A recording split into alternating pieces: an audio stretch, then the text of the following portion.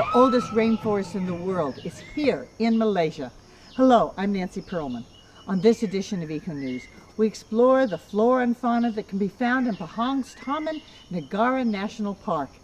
This 130 million year old ecosystem is home to many species, 10,000 plants, 150,000 insects, 25,000 invertebrates, 675 birds, 270 reptiles, 250 freshwater fish, and 200 mammals.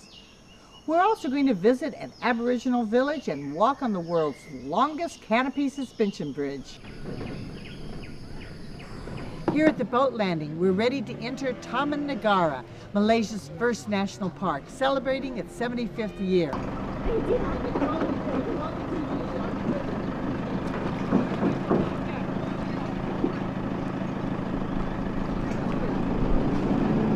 The journey begins.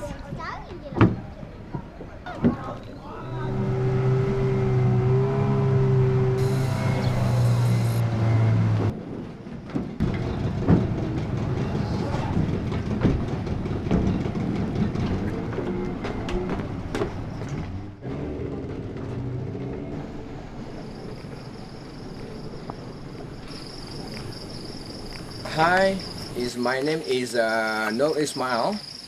We're going to do the night jungle walk, try to find the nocturnal, whatever come out in the night. And normally we highlight for insect.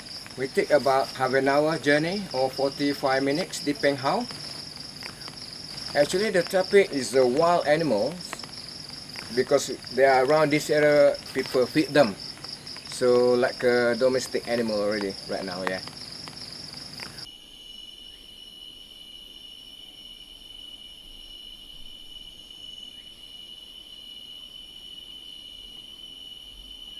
So this is canopy walkway where we have to go from here about 1.5 miles.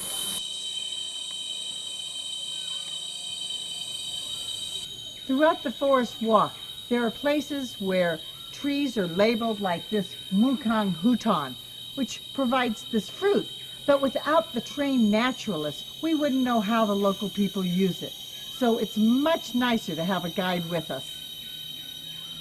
The name of this is Macang Hutan. They are woody inside. So this is not really nice fruit. Actually, the taste is sweet, sour, but they got like woody inside. I want to show you one of the fruit. They use this one if they are really desperate in the jungle.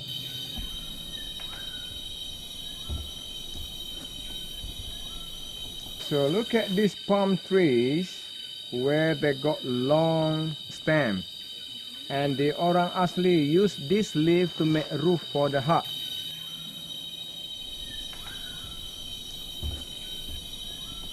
This is a termite mound.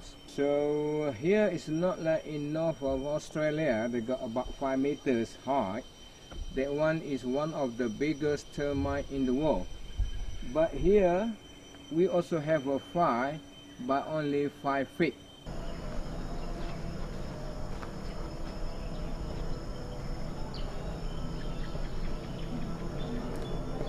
During our walk in the rainforest, it's really wise to stay on the path and follow the guide's instructions, because there are a lot of plants that don't want us to get too close.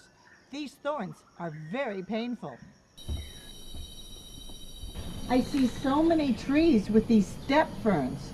They just live symbiotically together? Yeah, they're together. No parasite? No parasite, no. It's not like liana. When they're young, they just coil to the trees. When they grow bigger, they will kill the tree. But they not kill the tree, they use the dead leaf for food of them. The plant eats the dead leaf? Yes. This one is also good for the bird, for the insect to stay inside to make nest.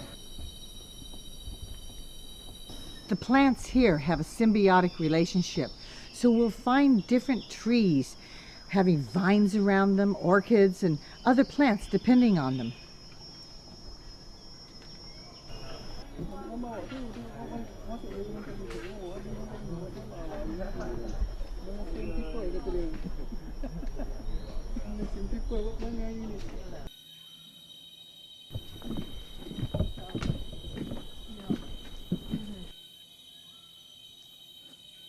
Look at this tree. Is a local name we call pokok merbau.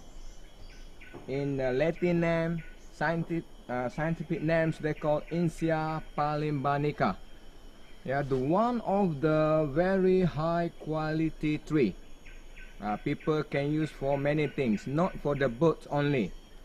People use for we call utensil of the house, and then also make a chair, make a table. This is a fruit from the merbau tree, yeah, but not the seed, just the bark only, yeah, the shell only from the merbau tree. This tree look is small, but they already maybe more than 100 years, because merbau tree they grow very slow. Look at this tree. Local name we call pokok mengkundo. This is the ancient communication systems. Before all the electronics, they would beat this and be able to tell other villagers to come for various important functions. We're surrounded by the sounds of the rainforest, the beautiful greenery, but also the Timberling River, which forms the border. So on one side is the national park, on the other are villages. Is where the white tree you can see they got little marking from the vines. Vine will be kill the tree, but now no vines over there because still marking from the vines. Look at on that tree, looks like a black rope hanging down from the tree there. There is a timber ants, million of them from the tree going down here, and then cross over here and then go up again. So you know why they just follow the French, because they got smell. If you blow them, they will lose the way. Yeah, because they lose the smell. Yeah, and some of them they carry something. The white things, there is something to build the nest from these ants actually. We call timber ants, not friendly in this group, because these ants only their family. Look at that water, is a little stream. Yeah, only when the rain, they got heavy rain, and then we can see here like mini waterfalls. And then when they got a lot of rain, that means this water we can drink. For example, on November, December, January, we got a lot of rain, monsoon season. That means this water we can drink. If a dry season, from March to September is dry, if they got a little rain, little water here, that means we cannot drink, because the water is not move. Yeah, and also you know why they got like a little waterfall here. When the rain comes, they got a lot of hill from the left, from the right side. When they got heavy rain on the top there, all of the water from the rain and then go straight to the stream. Yeah, go straight to here. That's why it looks like a drain. Yeah, looks like a drain here. When the dry season is dirty water, not allowed to drink. This forest is alive with the sound of cicadas, but we're going to get a different view of the plants as we go on the canopy walk on a suspension bridge about 300 feet above the ground and 1,500 feet long.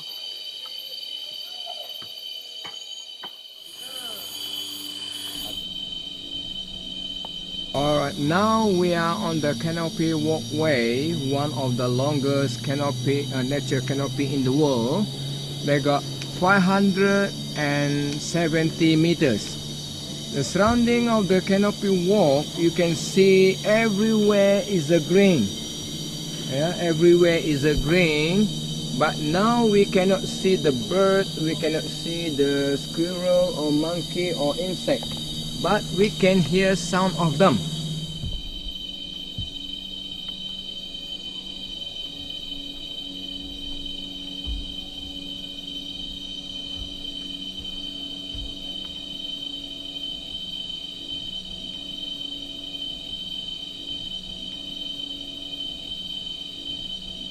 This is truly a family adventure. People of every age, young and old, can do it. It might feel a little scary as it sways, but it's really quite safe. They change these ropes every year to be sure they're very strong. Here, high on the canopy walk, we're able to get a different view. Down below, this tree just looked like a trunk, but as I'm seeing it from here, there are branches and leaves, quite a different look.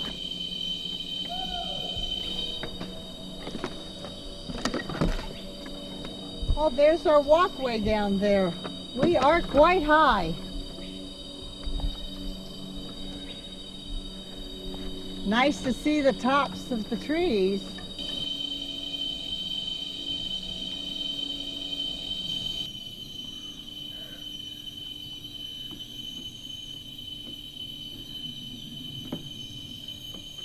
What an incredible journey to see the canopy on the walkway. Quite an experience.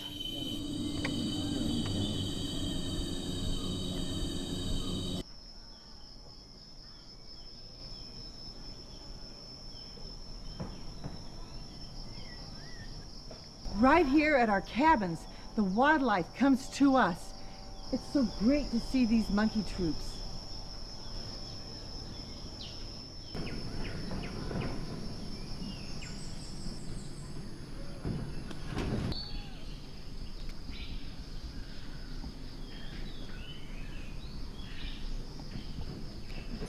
These spider lilies are beautiful.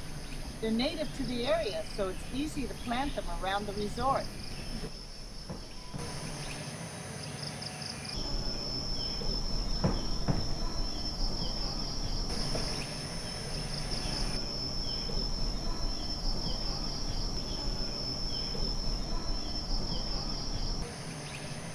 Lagi penomok dia. Lagi penomok. These students are from the Australian International School in Kuala Lumpur. What was your trip like? Fantastic. We've been up there swimming, doing some artwork, and we just done a bit of recycling because we don't want any plastic. Oh, that's so important. It was fun. Taman Negara is great. We're ready for a boat ride to see the park from the Taman River and stop at an Aboriginal village with the Orang Asili.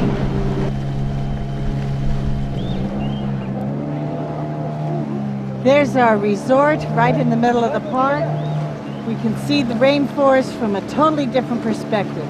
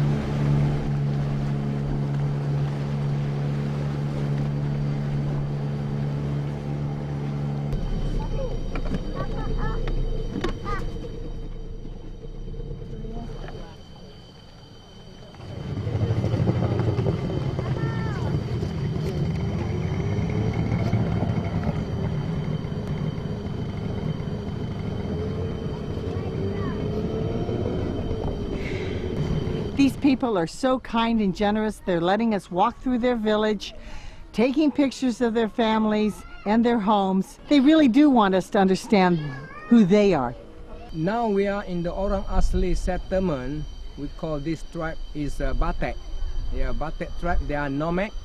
They move from the place to the place, and then they also have a few families here, maybe around 10 to 15 family.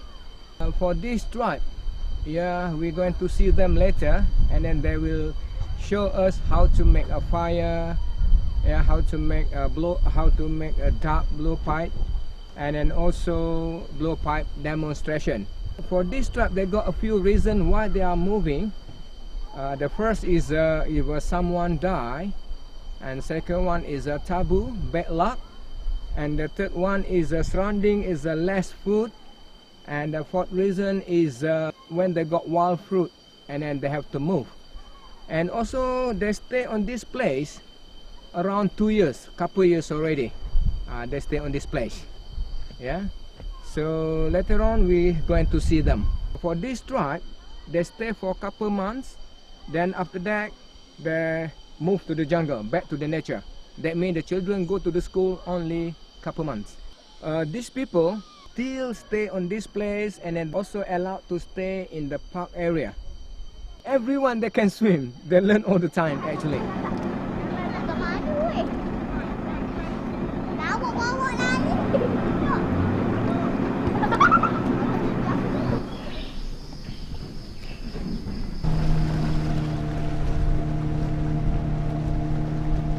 Look behind there is a tumbling river.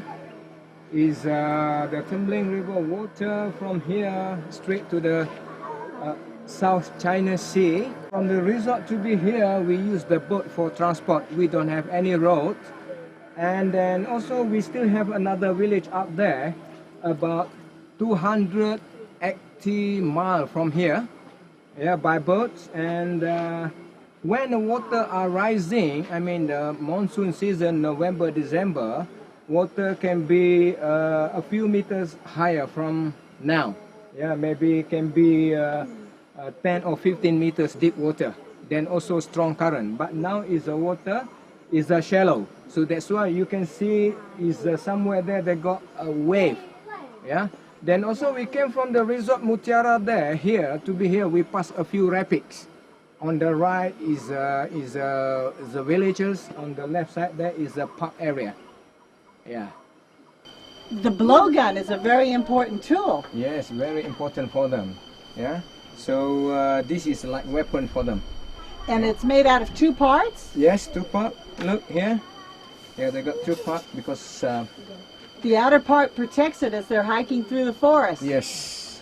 And then it has some material here. What's that made out of? Made from latex from the tree. If we're not to put this thing, that means not strong enough power.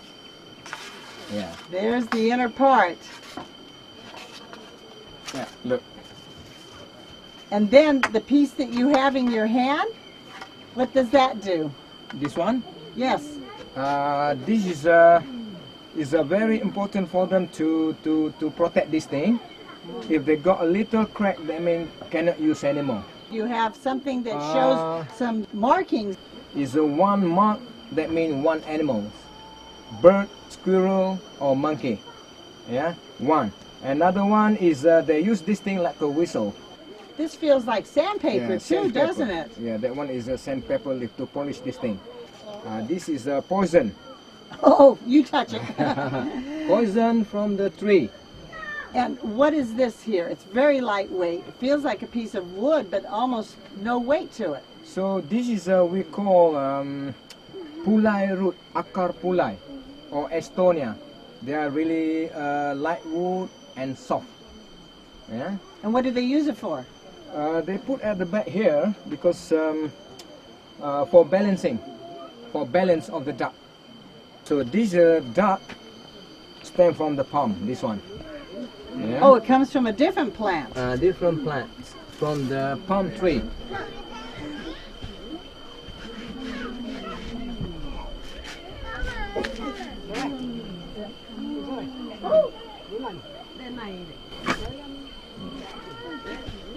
I have no idea whether or not I'll be able to blow this very far or hit any target. but it'll certainly be a new experience. Take a deep breath and I hot have blow to take a one time. deep breath and Hot blow blow. out. Hot blow, yeah, one time.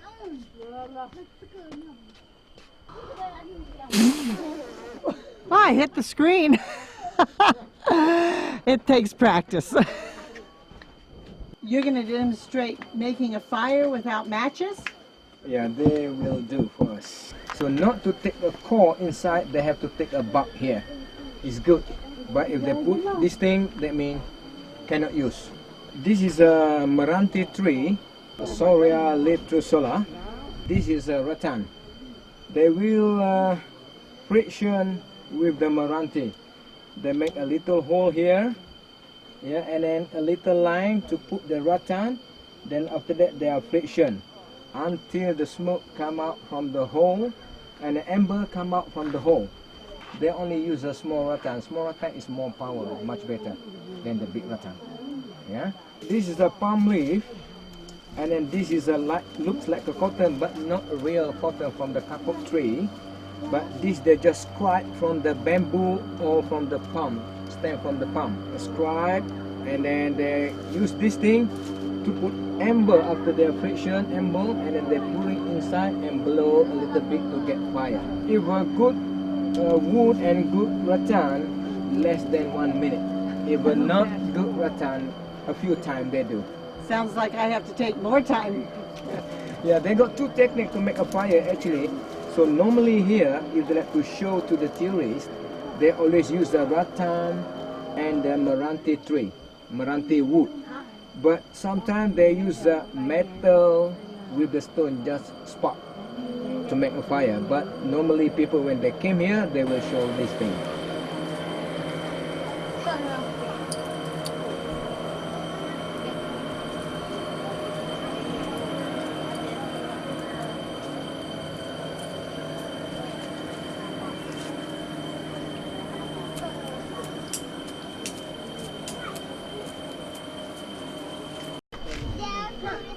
Senna, thank you so very much. I'm Nancy. I hope to come back. I appreciate the demonstrations. And in your language, we say, O'Ornella. Okay. Our guide is going to show me a traditional dance of the Wong Asi.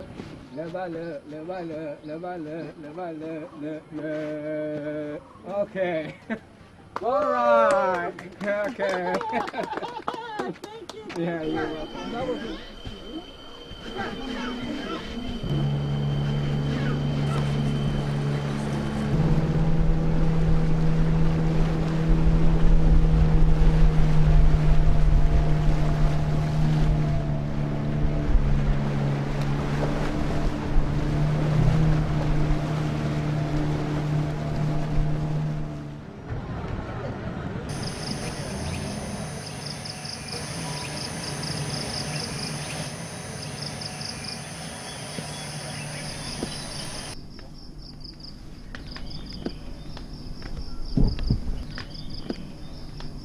Our visit to Taman Negara National Park is enhanced by our stay here at the Mutiara Taman Negara Resort.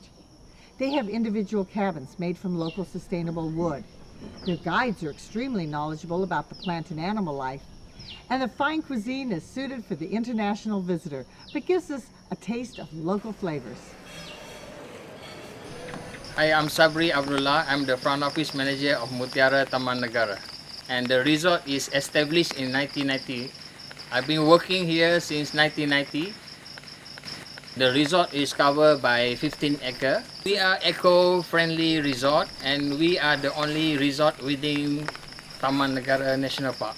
All the wooden chalet is from local wood. Yeah, I like to work here. Nice place, quiet, and I can meet people from all over the world. We have just begun exploring Taman Negara, the first and one of many of Malaysia's national parks. Next time we hope to climb to the top of one of Southeast Asia's highest mountains and take more treks in this ancient rainforest. On behalf of our nonprofit organization, Educational Communications and ECONEWS, I'm Nancy Perlman, wishing you a natural, unspoiled environment.